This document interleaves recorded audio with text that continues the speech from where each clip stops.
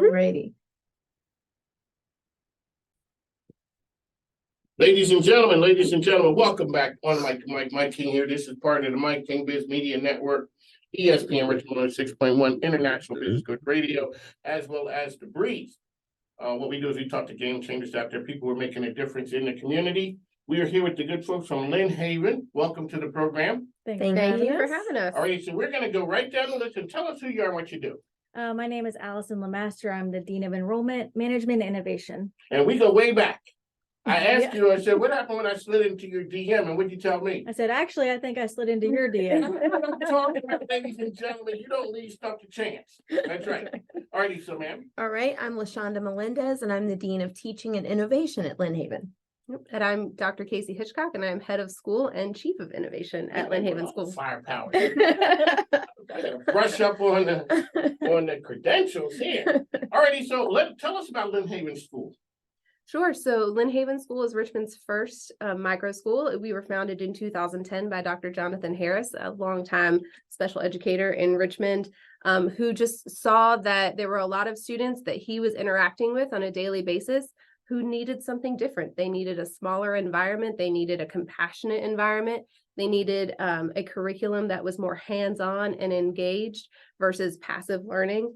And that really met the needs of students who were both gifted and, maybe had ADHD or maybe on the spectrum, or maybe just were creative and interesting students who felt like the machine of those larger public school systems just didn't fit who they were. Got you on the mic. Mike, we got to take a break for a moment. We will be right back. On the mic, Mike King back. Sorry for the break in the action. Here with the ladies from Lynnhaven School. So before we came on, we had talked about getting students. A lot of times people graduate from high school, then they got to figure out what they're doing. And back in the day, I hate to sound like the old man, but back in the day, you went to college to find yourself. And you started out, you were going to do this thing, then you went over here for a semester, then you did, and then you looked up and like, okay, none of those things work. But what you're talking about is giving students the roadmap to figure out what they're doing first, and then what they're able to do is go on from there. Absolutely. And so you see that not only in our projects and then our experiential days of giving students as many experiences as possible, because you never know what will inspire a student. You never know what kind of launches them on their trajectory, but you also see that through career ready certifications. Our students graduate with first aid CPR certifications. They graduate with a Scrum Master certification, which is a type of creative project management certification. They have available to them the opportunity to get certified through Virginia Peninsula Community College. We partner with them through dual enrollment so they can do the unmanned systems certification, which is get their drone pilot license. Oh. So those real world jobs, we do our best to, inspire our students to find whatever path they want and get them there. And a lot of times I talk to educators, how are the kids doing that? So a while back, I talked to the superintendent of the school district, and I asked him, how is it with the kids coming back? What did you guys see? He said, we had to teach the kids how to interact with each other. Mm-hmm. And you know what? I'm like, you hadn't even thought about that. That all of a sudden, okay, if you're in the 10th, 11th grade, maybe you've been around kids, he said, but you got a kid who was starting off in the first or second grade, you take them out of there, now all of a sudden, we told kids, hey, don't be on that game. Now I was the king of that one. You can't be on that game 24/7. Now we're telling kids, sit in front of that screen and learn. Well, how are kids doing these days now that we've come back? So, sorry, one of the things that we did, and we really recognized that they would need that transition. So we built time into our day. We have 3 blocks a day. We finish our semester, and that's the length of the course. And then they have a break between those classes. So you have your first block, then you have a break, and that break is up your time. Then you have your next block, lunch, and then you have your third block. And then this year we've implemented an explore time at the end of that, where the students can just go and participate in different things, chess club or a yearbook or different things, so that parent transportation isn't an issue. But what we saw was that ability to just decompress. So you have that block and then you decompress and you have that time to socialize because learning is social. We saw students really thriving when they came back compared to some of our other counterparts in public school or other schools where they went back to business as usual and didn't have that same opportunity for students to engage with each other. So, How radical of a thought was that some years ago? You know what, the kids, hey, we're gonna do a little something, then we're gonna give you time to chill. right. And we're gonna have you come back. That's a radical thought that before it had to be structured. You had to. But I told people when people stepped off of the treadwheel back in the day, you got all women lost out a lot of times because they got off and took their families. Men got off because they had to do something. I tell people when men say they want to stay home with their kids and spend more time with their kids, I don't know what, there's something else there. They want to stay with their kids, but they want some help. That's for sure. But the pandemic sent everybody home. It equaled the playing field. So now everybody's sitting at home and we're trying to figure this thing out from a mental standpoint. How do we do it? And now we had to change the education system because before we had to be structured. And now the kids come back and you guys have done something. When you tell other educators what you do, how do they look at you? With envy, usually. Oh, okay, so they do because they get it. Yeah. Right?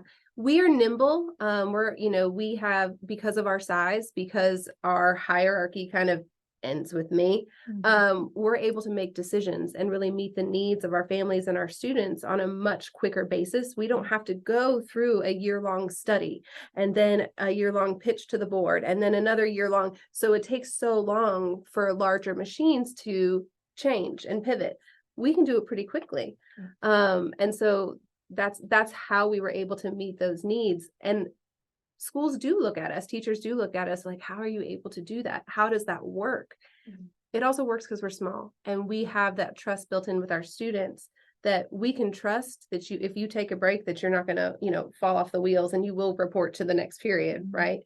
And that makes all the difference in the world because as adults, we do not work in an environment where we have 7 different bosses that we have to report to every 55 minutes with only a 2-minute break in between. And good luck if you get a chance to use the restroom and move through your day. And each boss that you see, you have to do completely different work.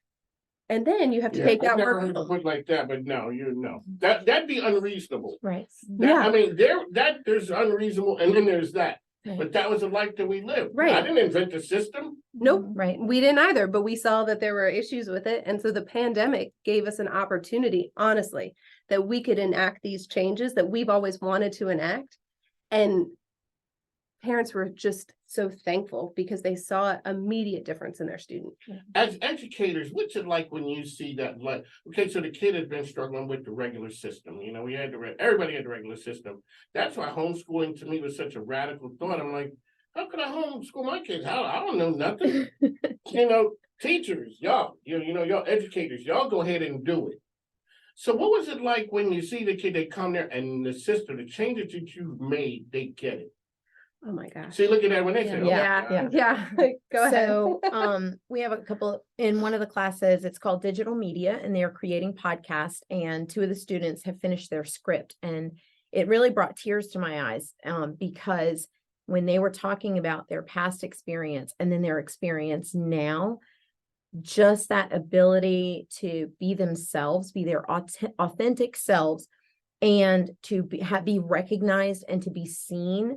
The way that they expressed it, it was just so clear that what we're doing is valuable, that these kids, you see the light switch on, get the message from parents that says, this is the first time my child has come home smiling from school, and so that is huge. Okay, so I'm going down the list right here. You guys got some stuff on here. Now, I'm not the sharpest one, but I get project-based and agile curriculum. That's what you're talking about. We don't have to be old school dinosaur days we were talking about. Okay, let's talk about the 6-to-1 student-teacher ratio. Wow, that's a good number. Yep. So as a micro school, our enrollment is purposefully small. So we have right around 60 students and a staff of, about eight 8 teachers, so that's a 6-to-1 ratio. So our students, depending on the class, they could have, 10 students in the class. You could have some students that do an independent study, where it's just them, in charge of their learning. So we're able to really develop those relationships with our students. LGBTQIA affirming. Okay, talk to me. Yeah, so that's one of the things that we hear so much, from students, is that they felt like they weren't able to be seen and respected, not only by their faculty that they were interacting with at their previous schools, but also the environment and this culture of the school and the students. And so having that small space really allows them to live as themselves. And we're here to support them, and we're here to kind of treat them. We always say human beings first, like we're a human school, a school for humans, and that is purposeful, because that's how I'm going to look at you. I'm not going to look at you with the other way, any other way. And the students, when they feel comfortable that they can be themselves, they are going to learn so much better.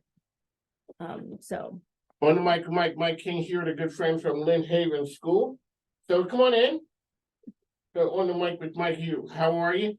Hey, come on in. Come on in. Alrighty, so we're here talking Lynnhaven School, talking about what all is going on over there. Okay. One Apple School. Talk to me about that. Yeah, so every student, we use iPads. So every student has an iPad, and then also our computer systems. So in our media center, we have Macs. We're using tools like GarageBand for podcasting, or other Mac software. And every student has a device. It's included in their tuition. They get it. It's theirs, and they get to keep it throughout their time at Lynnhaven.